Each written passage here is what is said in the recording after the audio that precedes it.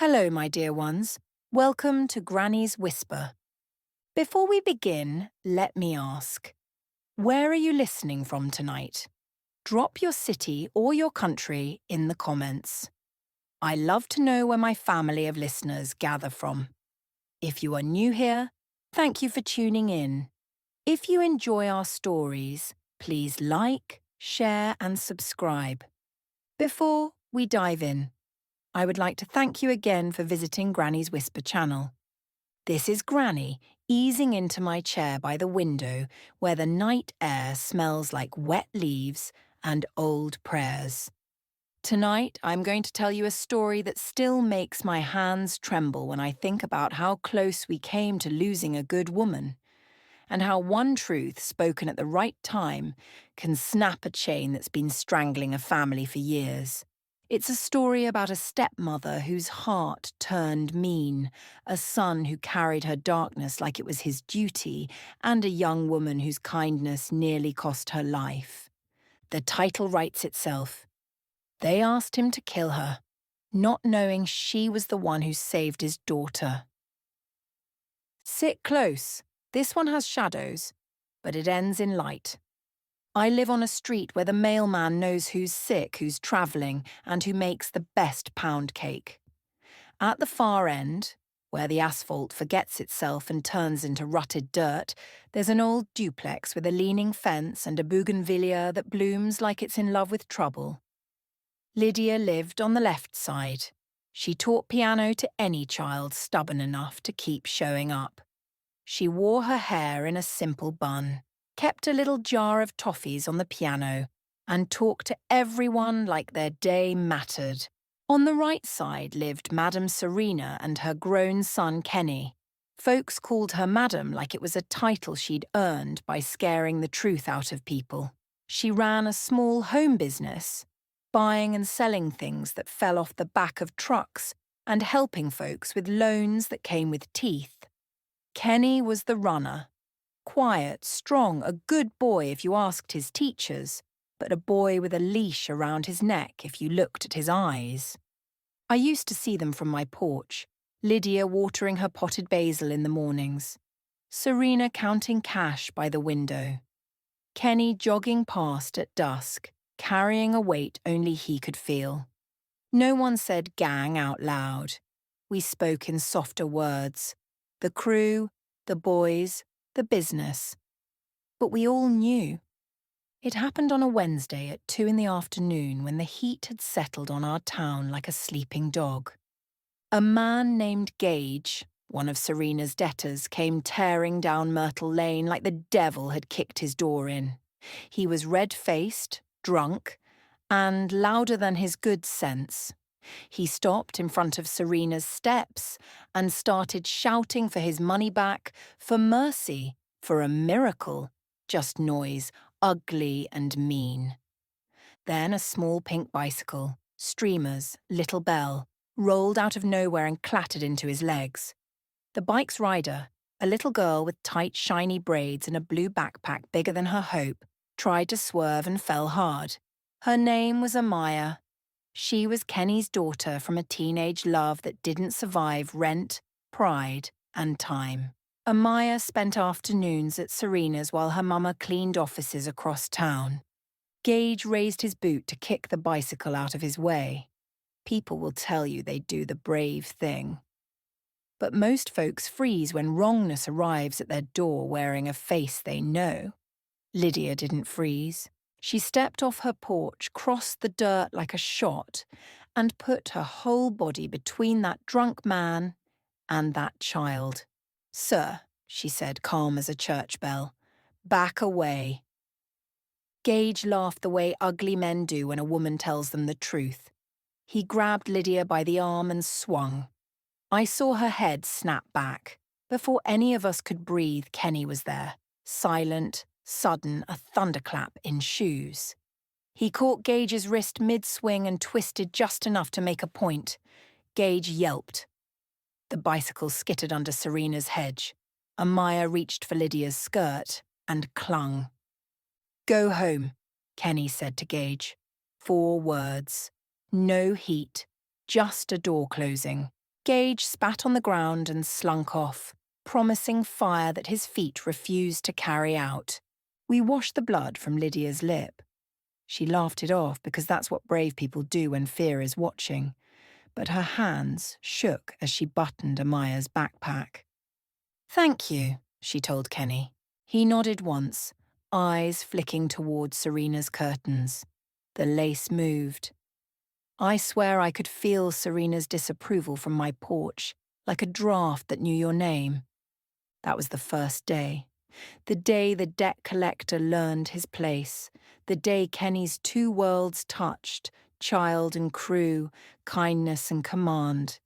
The second day was worse. Don't ask me how I know what I'm about to tell you. Small towns have long ears and loose rafters.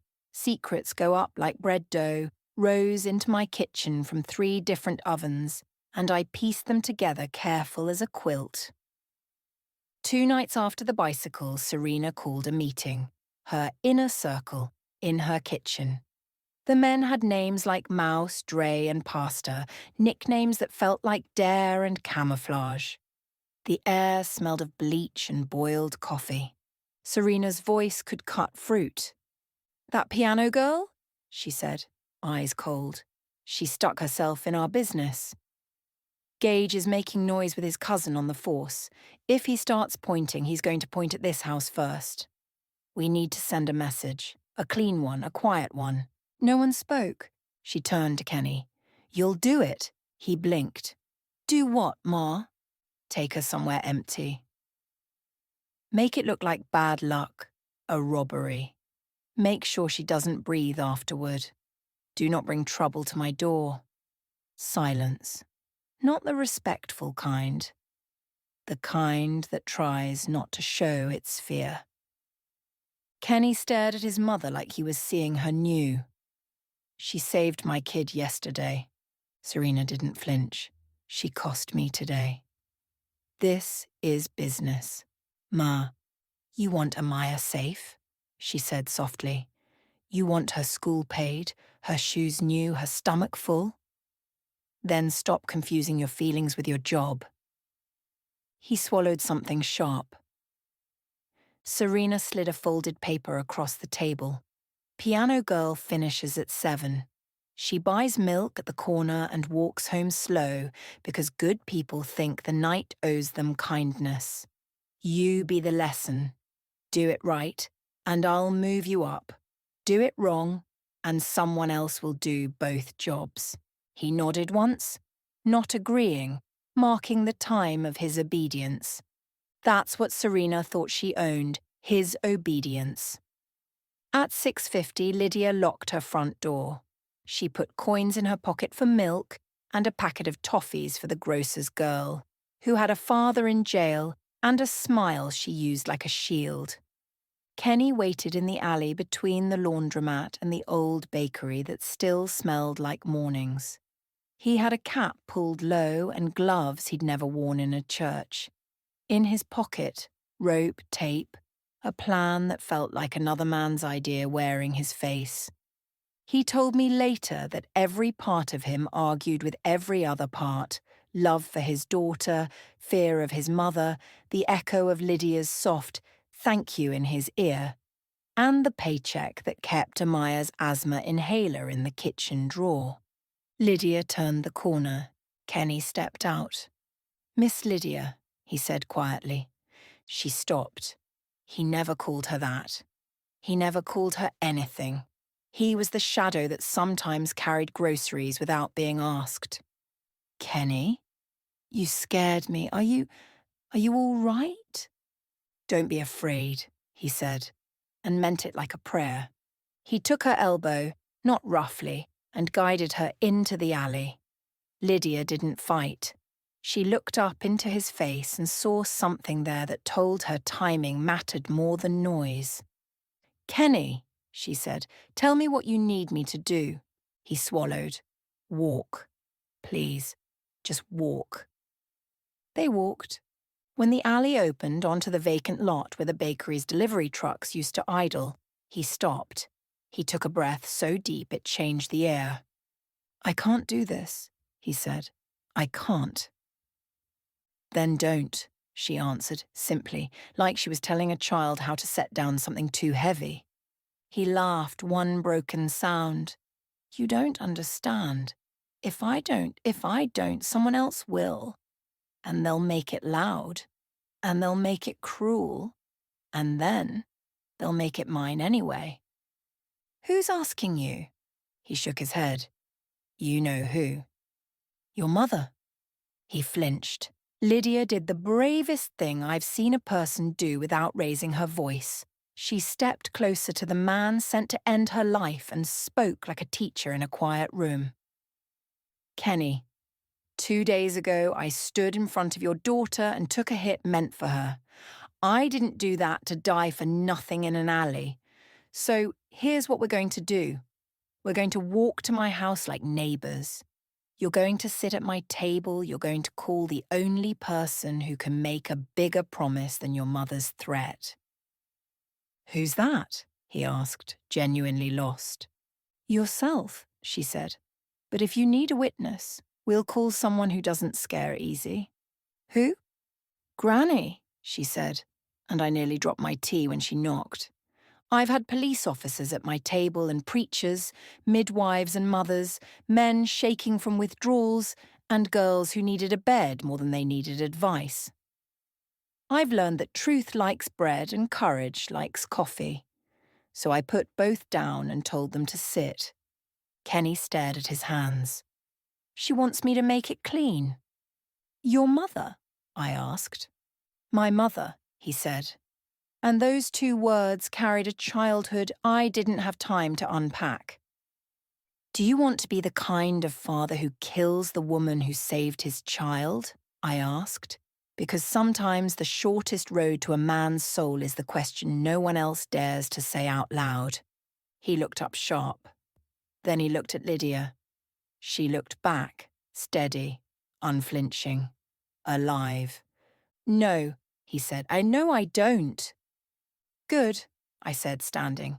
Then we're going to say some names in the right ears before your mother gets to fill them with lies. We're going to pick a side and stand so still the wind has to go around us. Police? He asked, dread souring his mouth. Sheriff Baines, I said. He owes me 2 favours and a pie. And Officer June, she won't sell your story for a headline. You tell them everything you've carried. In exchange, you ask protection for yourself and Amaya. And you tell them where Serena meets her boys. Truth for safety. That's the math today. He put his head in his hands. She'll hate me, he whispered. She already hates your light, I said gently. She's been turning it down for years because hers can't stand the comparison. Lydia reached across the table and set her hand near his, not touching until he moved the last inch. Kenny, she said, I don't want you to be brave and dead. I want you to be smart and alive. He nodded once. Call, he said, please, before I change my mind. We called. Sheriff Baines came with Officer June. I put out more bread because justice eats like a farmhand. Kenny talked, they wrote. Lydia added what she knew about Gage and the threats that rode his breath. I called my neighbour with the extra bedroom, the one whose brother ran a safe house for women and their children. Names were exchanged, doors opened that had been painted shut. At 11, Serena pounded on Lydia's door like she could bully the wood into telling the truth. Send the boy out, she shouted. Send him out and we'll... I opened the door a crack and handed her a card. Sheriff Baines is in my living room, Serena. So is Officer June. If you want to keep talking, we can all listen together. Her mouth stretched into a smile I wouldn't frame. You think you've done something. You've fed a snake, old woman. I've fed a son, I said, and closed the door because some conversations don't deserve witnesses. Sheriff Baines stood up from my couch like a man who knew his workday had started at midnight. Ms. Serena, he called through the door, voice steady. You can leave now or you can leave in cuffs. Either way, your voice won't be the loudest in this story by morning.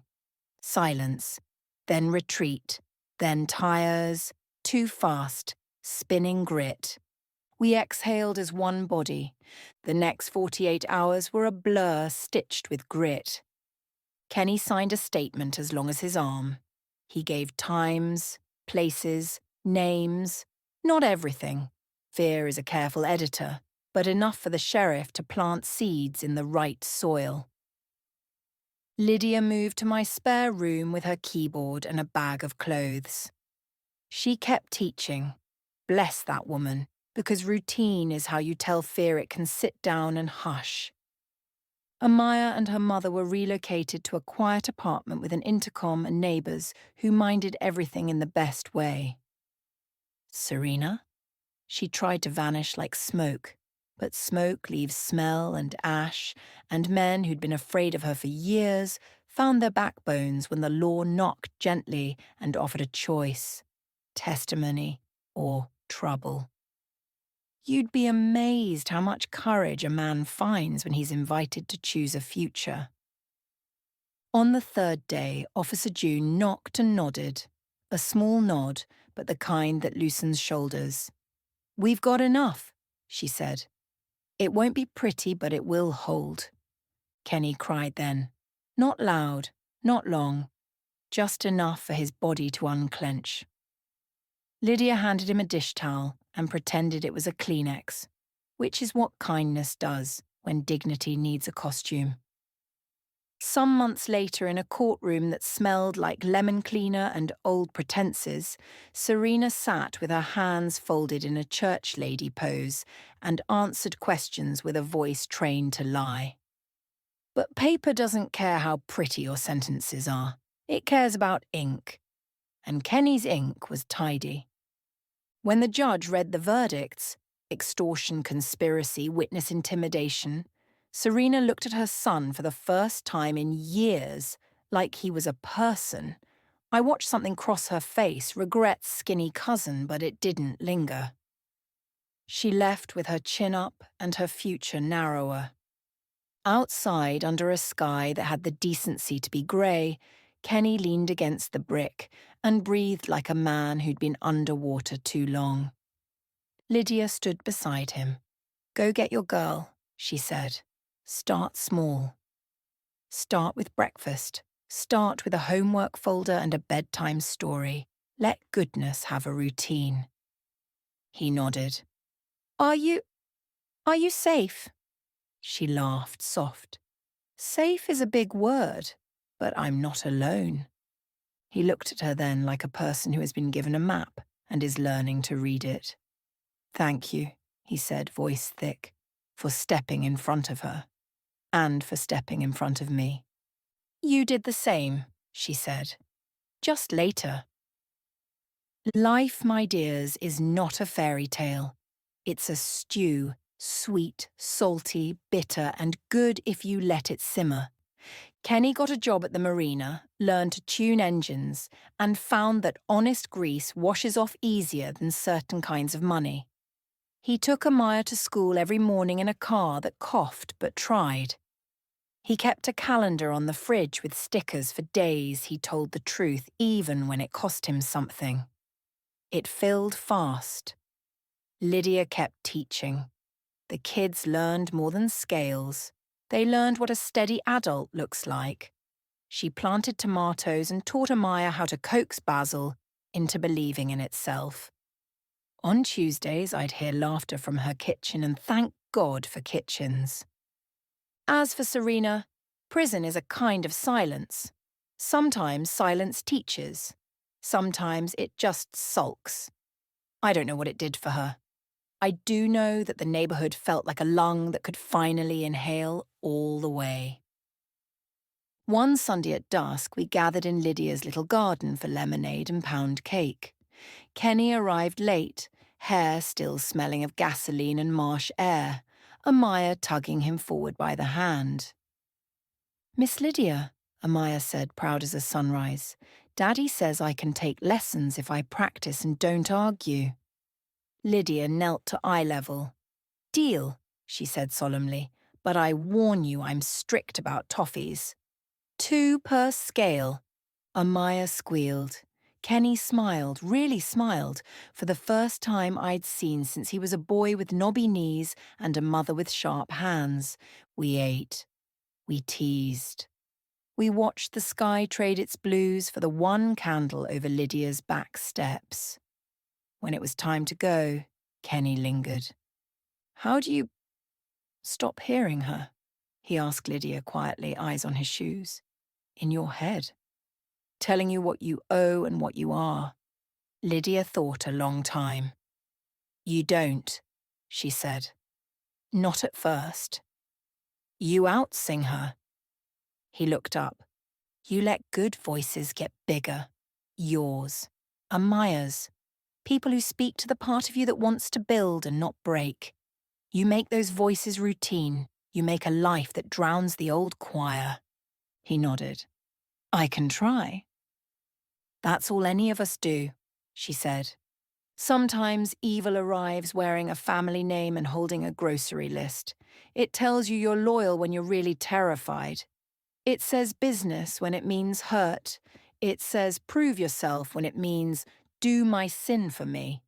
If that's you tonight, if there's a Serena in your head or your house, hear me. You are not their errand. You can set down what isn't yours. You can choose your child over their curses. You can walk into a kitchen with bread and coffee and tell the truth to people who won't sell it. Kenny was asked to kill a woman who had saved his child. In the end, he killed something else. The lie that his life belonged to someone else's fear. Lydia's lip healed. Her garden grew. Amaya learned her scales and declared that sharps and flats were sneaky notes, which is true in more situations than music. As for me, I keep the door oiled and the kettle near, for the nights when somebody needs to lay their burden on my table and let justice have a sandwich. This is Granny whispering to your brave heart. You don't have to be loud to be strong. You don't have to be perfect to be free. And you don't have to end a life to save your own. Good night, my dear ones.